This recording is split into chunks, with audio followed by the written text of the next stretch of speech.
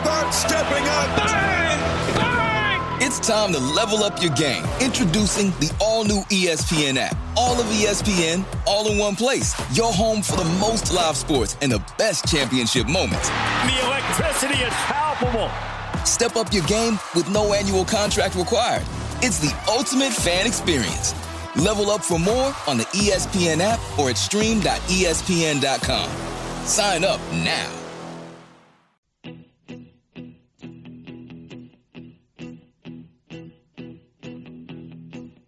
When I wake up, well, I know I'm gonna be the man who wakes up next to you. When I go out, yeah, I know I'm gonna be the man who goes along with you. If I get drunk. What's up, everybody? Welcome back to another episode of the Sooner Nation podcast. Today, we're digging into one of the most fascinating questions heading into Oklahoma's second season in the SEC. It's the defensive backs. Now, we already know that Brent Venables has built a defense to be one of the most respected in the conference. You've got a loaded defensive line, you've got veterans at linebacker, and arguably the deepest safety room in the entire SEC. On paper, this is a championship caliber unit, but here's the catch. Can Oklahoma trust its cornerbacks? That's the million-dollar question heading into 2025. So let's start with the obvious here. Oklahoma lost a major piece in its secondary with Woody Washington. I know like any other player on any other team, Woody had his ups and downs. But that's a guy who played a lot of meaningful snaps and made a lot of big plays over the last few seasons. And now here's what stands out. Venables and Jay Valai, the cornerbacks coach at Oklahoma, they didn't bring in a single corner through the transfer portal this offseason. Not in the winter, not in the spring. Now, to me, that says two things. First, that they really believe in the talent that they already have. And second, they're willing to live or die with that belief. Because in this league, with elite quarterbacks and NFL-ready receivers every Saturday, your corners, they're going to get tested. Now, the guy everyone's buzzing about is Eli Bowen. And let's be honest, this kid came out of nowhere last season. He was overshadowed in recruiting by his brother Peyton. But once he got his chance, he made the most of it. He was a freshman All-American. He played over 500 snaps, and he earned the highest defensive grade on the team from Pro Football Focus. His best game? Probably locking down Alabama's Ryan Williams, one of the best young receivers in the country. That was his national coming out party. Now, Bowen's not the biggest guy. He's 5'9", around 187, but he's sticky in coverage. He's fearless as a tackler, and he already plays like he's a veteran. The only concern, well, he missed the spring with an injury. If he stays healthy, though, Bowen has a chance to anchor the secondary for years to come. Now, right next to him, you've got the ultimate wild card in Gentry Williams. When he's healthy, he looks like an NFL cornerback. He's long, he's fast, he's physical. The kind of guy who can, erase one side of the field. But the key phrase here is when he's healthy. Williams has battled injury after injury, including multiple shoulder surgeries. He's only played in a handful of games the last 2 seasons. But if he can stay healthy and stay on the field, pairing him with Bowen gives Oklahoma one of the best cornerback duos in the entire SEC. But if not, this group gets tested, and they get tested in a hurry. So let's talk about depth for a second. Jacobe Johnson, that's the name fans are watching. He's got the measurables that you want. He's 6'2", 200 pounds. He's a freak athlete, a former top 10 cornerback recruit. He played in every game last season, but the results were inconsistent. His grade was under 50, and he got beat a lot in space. The tools are there. The question is whether the technique catches up with him. Then you've got Devon Jordan. He flew under the radar last year, playing mostly special teams, but the staff really likes him. He's quick. He's physical. He's been making strides in camp. And also don't forget about Kendel Dolby. He's more of a hybrid, moving between the nickel and the corner spots, but he brings toughness. The guy fought his way back from a nasty ankle injury against Tennessee, and that kind of resilience is exactly what this room needs. Looking ahead, Jay Valai has stacked this position group with young talent. Jeremiah Newcombe, Cortland Gilroy, who's also had a fantastic fall camp. Tristan Haynes, Maliek Hawkins. All of those are names to keep an eye on. Hawkins especially, because he's an Oklahoma legacy. He's been turning heads in the spring, turning heads in the summer, along with Gilroy. But these guys aren't ready to be stars yet. The staff believes in their ceilings, and they believe those ceilings are high. But let's be real. In the SEC, sometimes you don't get the luxury of waiting. If injuries hit, those freshmen could be thrown into the fire. So here's some good news. And it really is good news. Oklahoma's safeties might be the best in the conference. You've got Peyton Bowen and Robert Spears-Jennings back as starters. Bowen is like the Swiss Army knife of the defense. He can play deep. He can cover the slot. He can step into the box. Spears-Jennings, man, he's an enforcer. He's the hard-hitting, tone-setting guy that the team, he led the team in tackles last year. And then you add into this mix Kendel Daniels, the Oklahoma State transfer. He'll man that hybrid cheetah position. And suddenly the safety group looks like a backbone of the defense. Plus younger guys like Michael Boganowski who will just totally knock your head off. Jaden Hardy. And they add even more depth and more athleticism. That veteran presence at safety will be critical for Oklahoma's defense this fall because if they can help cover for any mistakes that the cornerbacks make, you've got the footing for a solid position group. So where does that leave us? Well, here's the bottom line. If Eli Bowen builds on his freshman season, if Gentry Williams can finally stay healthy, this group could surprise people. Add into it the growth from Jacobe Johnson and Devon Jordan, and suddenly Oklahoma might look a lot stronger at corner than what people might think. But the margin for error, it's razor thin. Oklahoma's going to face Alabama, LSU, and Tennessee, three of the best passing attacks in the country. Now, I know Tennessee's got quarterback problems, but let's not forget who their coach is. You've got quarterbacks that you're facing, and the receivers, they're not going to show mercy. They're going to attack the weak spots, they're going to attack it early, and they're going to attack it often. This group doesn't have to be perfect. With the front seven that Oklahoma's got and then the safeties behind them, they just need to be steady. They need to be disciplined, and they need to be opportunistic. If they can do that, Oklahoma has the pieces to make a legitimate run at the college football playoff. That's not just talking as a fan. That's legitimate possibility here. At the end of the day, the story of this secondary will come down to one thing. Can the corners rise to the challenge? Because if they can, this Oklahoma defense isn't just SEC good. It's championship good. All right, so some big news came out this week that's going to be kind of a lot to unpack. It's going to affect every single SEC team, including, of course, the Oklahoma Sooners. And if you haven't seen it yet, I don't understand why you wouldn't have. But, hey, it is game week officially for college football, week 0. So maybe you were all tied up in Kansas State and Iowa State. But the SEC officially announced that starting in 2026, they're moving from an 8-game conference schedule to a 9-game conference schedule. Now, with that comes a brand new rule. Every SEC team will now have 3 permanent rivals on their schedule every single year. The other 6 games, they'll rotate across the rest of the conference so that every team plays everyone else in a 2-year span, and every team visits every SEC venue at least once every 4 years. Now, from a big picture college football perspective, this is fantastic. It's more great games, it's more variety, more chances for fan bases to experience different stadiums and for players to play in front of friends and family. But for the teams inside the SEC, this is kind of brutal. You're already playing the toughest conference in the sport. And now you've got one less non-conference guaranteed win to work with. Instead of 4, you're down to 3. Now for Oklahoma, the conversation gets really interesting because now the question is, who are the Sooners' 3 permanent rivals? Now let's start with the easy one, right? Texas. There's absolutely no world in which the SEC is going to mess with the Red River rivalry. That game's way too important, not just for Oklahoma or Texas, but for the sport of college football itself. It's one of the best rivalries in the game, played in one of the best and most unique stages in all of sports, the Cotton Bowl at the Texas State Fair. The SEC knows it, Oklahoma knows it, Texas knows it. That's a lock. So that's rival number 1, Texas. Now, what about rival number 2? A lot of people are pointing straight at Missouri. And on paper, it makes sense. Old Big 8, old Big 12, old Big 6. There are decades of history between Oklahoma and Missouri. There's plenty of games in the books. But let's be real for a second. This doesn't feel like a rivalry that most Oklahoma fans would enjoy. The Sooners own the series against Missouri. It's 67-25-5. That is not a rivalry. That's an obligation.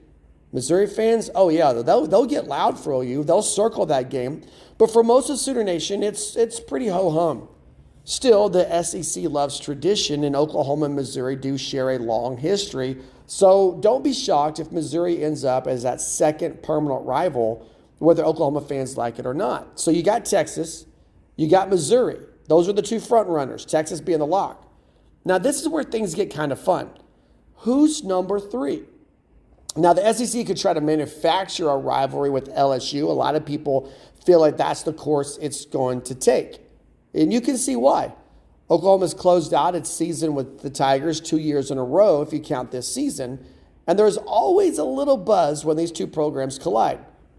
But to be honest, Oklahoma and LSU, they don't really have a history. It's not a rivalry. Well, I mean, not yet at least. But could the SEC build one? Sure.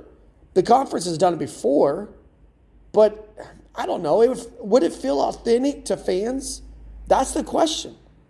So what about Arkansas? Now, that's an intriguing one to me. Geographically, it makes sense. The Razorbacks are the closest SEC school to Norman. There's a recruiting overlap, and Arkansas, like Oklahoma, might struggle to find 3 clear rivalries because of how other SEC rivalries are going to shake out. Honestly, it's an annual border battle with the Hogs. That might actually be the most natural fit. It's not Texas or Nebraska, but it could become something special over time, especially when you look at the number of players Oklahoma has on its roster from Arkansas. And then you've got, I don't know, a bigger name options. You've got Alabama, you've got Florida, you've got Texas A&M.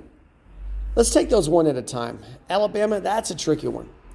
Do you really want to lock yourself into playing the Tide every single year? Even with Nick Saban retired, that's still one of the toughest programs in college football. Sure, yeah, Oklahoma knocked them off last season in one of the weirdest games of the entire year, but make no mistake, year in and year out, Alabama, that's a monster. That's great for ticket sales and bragging rights, but it's not exactly the easiest path to a college football playoff berth. What about Florida? Well, that one got a lot of talk when expansion first happened. OU fans will probably enjoy a semi-regular trip to the Sunshine State. But Gainesville, that's not Miami. It isn't the beach, and Florida football hasn't been consistently dominant since Urban Meyer. It feels, I don't know, it feels fine, but not really inspiring. Texas A&M, though? Now that's an interesting one. The Sooners and the Aggies, they've got plenty of history in the old Big 12 days, 77-0. Plus, both schools recruit heavily in the state of Texas. Playing A&M every year might actually be good for Oklahoma, especially on the recruiting trail. And let's be honest, A&M has a reputation of one of college football's great underachievers. There's a real chance for the Sooners to add wins while protecting their recruiting footprint. So to me, here's how it shakes out. Texas, it's a no-brainer. Missouri is the practical SEC traditionalist pick. And then that third spot, that's where the debate really rages. Arkansas feels natural. LSU feels like the SEC's TV-driven pick. And Texas A&M feels like the smart one strategically. But let me throw out one more wrinkle into the mix. While Oklahoma locks in 3 SEC rivals, they're still required for, schedule at least one Power 4 opponent every year in the non-conference play. And that opens the door, maybe, just maybe, to bringing an old friend back. How about Nebraska? For decades, Oklahoma and Nebraska was one of the biggest rivalries in all of college football. The 1971 game is called the game of the century. It's still one of the most talked about regular season games in the history of the sport. When the Huskers left for the Big Ten, that rivalry basically died. But imagine using the non-conference schedule to bring it back every year or every other year. Florida, they still play Florida State out of conference every year. Clemson plays South Carolina. Notre Dame plays USC. Why not Oklahoma and Nebraska? I don't know. Some Oklahoma fans they might even like to see Bedlam pop back up on the schedule every now and then. But if you ask me, I'd bet most of Sooner Nation would vote for Nebraska as the preferred non-conference rival. At the end of the day, this move to a 9-game SEC schedule makes things harder on Oklahoma. There's no question about that. The road to the playoff just got tougher. But it also makes things more exciting. More big games, more rivalries, more opportunities to build the kind of matchups that fans will remember for decades. So here's the question I'm going to leave you with. Is this, well, let me put it this way. Who do you want to see as Oklahoma's 3 permanent SEC rivals? I mean, Texas is a given, right? Missouri probably sneaks in. But who's your third? Arkansas? LSU? Texas A&M? Maybe somebody else. Well, maybe you want Alabama. Frank Beamer, South Carolina. That sounds natural, but I mean, how long can you build a rivalry on one coaching tenure? It's going to be a fun debate, and we'll talk about it probably all season long. But for now, it's pretty fresh. With a major selection of the looks your kiddos love starting at just $4 in the Walmart app, a new school year means a stylish new them. Who knew? Find skater skirts and Crocs that say, I'm casual but cool. Sparkly sneakers that say, it's my classroom, you're just learning in it. And preppy polos that say, I'm the teacher's pet, even if they're mommy's menace at home. Find their favorite styles starting at just $4 in the app. The Walmart you thought you knew is now new. This episode is brought to you by State Farm. Life gets easier with great assists, and State Farm is here to dish one your way. Get in touch over the phone or on the app to get the teammate you need. State Farm with the assist. Like a good neighbor, State Farm is there. Coverage options are selected by the customer. Availability and eligibility vary by state. Well, let's get back to the main theme of this podcast. Oklahoma's defensive secondary zeroing in one of the most important questions heading into this second season for Oklahoma in the SEC, the cornerbacks specifically. Now, when you look at Brent Venables' roster for this season, it's clear that the defense, they're going to be the identity of this football team. I know, and I love the changes that were made offensively. I love the new faces at quarterback, the new faces at running back, the new faces at receiver. But this is going to be a defensive-minded team, finally with an offense that's capable of doing more than just giving the ball back to the opponent after the defense does something good. Now, the front seven's loaded. The linebackers, they're experienced. This defensive line is probably going to be one of the best, if not the best, in the entire country. But things get, in my opinion, really interesting when you jump into the secondary.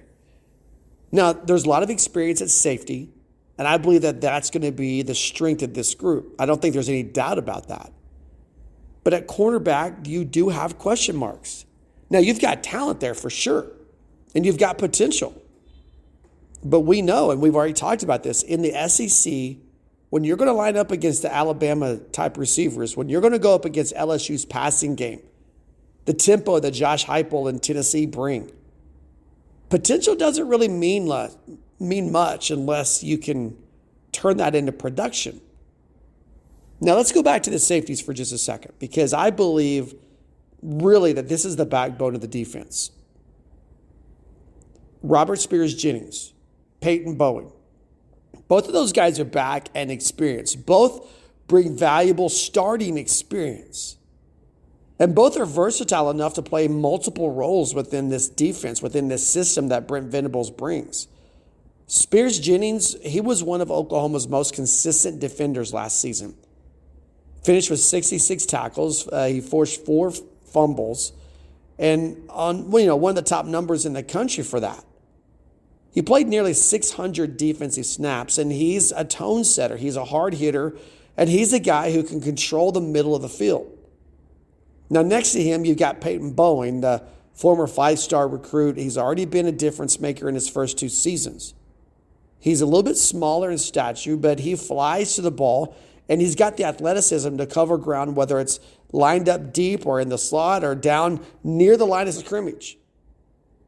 Now, when you get behind those two, you've got Jaden Hardy and Michael Boganowski, both who played as true freshmen last season.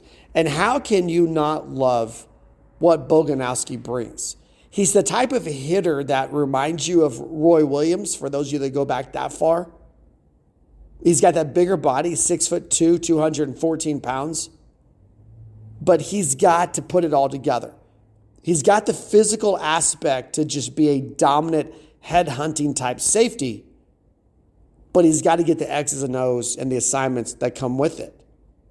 And let's not forget about Kendel Daniels, the Oklahoma State transfer, who looks like he's going to be a perfect fit in this cheater role for Brent Venables. And again, a bigger body guy, 6'4", 235 pounds. He brings length, he brings athleticism, and he brings physicality. He was a freshman All-American in Stillwater, and he put up over 100 tackles in 2023. Now, whether he plays more like a linebacker or more like a safety, he gives Venables options. And that versatility is expected to be what this defense thrives on. And let's not forget his recruiting. Because this is a guy who really kind of thought he could play linebacker at the college level. He has that mentality. And that's why he didn't end up at Oklahoma out of high school. Oklahoma's defensive staff at the time looked at him and thought, you're a safety. And he had the mentality of a linebacker. So he ends up at Texas A&M. Because Texas A&M says, we'll play you at linebacker. But then they get him on campus, like, you know what? You're more of a safety. So he leaves A&M, ends up in Stillwater, where he ironically plays safety. Now at Oklahoma, he gets the best of both worlds because he's that hybrid linebacker safety guy. I know it's just a one season shot with Daniels, but I am pretty excited to see what he brings to that position. Now you've got to look at the cornerbacks. This is where the questions come in. It's potential versus proven. We already talked about the loss of Woody Washington. And what it leaves Oklahoma is a group that's talented but not proven. And we talked about the fact that they didn't choose to dip into the transfer portal during the offseason. So they believe that the answer is already right there on campus on this roster. Now your headliner here has got to be Eli Bowen. If you followed last year, you know his name. He's the younger brother of Peyton. And he wasn't really expected to be the star of the secondary. However, by midseason, he had earned a starting spot, and he really never looked back from there. Now, we know about the Alabama game. We know that he locked down Ryan Williams. And we know that Ryan Williams was one of the best young receivers in the country. Now, he ended the year with the highest defensive grade on the team from Pro Football Focus. He was sticky in coverage, he was physical in run support, and the dude's just flat out fearless. But here's the problem. We talked about it in the opening segment. He missed spring ball with an injury. So you got to think that his health is something to at least monitor as we get into the season. But don't mistake what we're talking about here. This dude, he's got star potential. And another name we mentioned in the opening segment is Gentry Williams. And if you ask Oklahoma fans, this is the guy that they want to see healthy. Because when he is, man, he looks like a future pro. He's got the speed, the length, the physicality to be that elite SEC corner.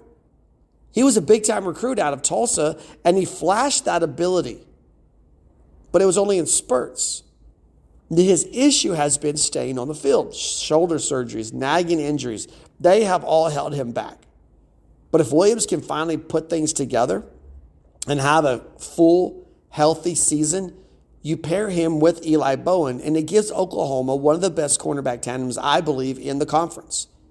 Now, that's a big if, and that's why this position group is probably going to be the most scrutinized group on the defense, if not the team. But there are developmental guys that have to take a step up from 2024 to 2025.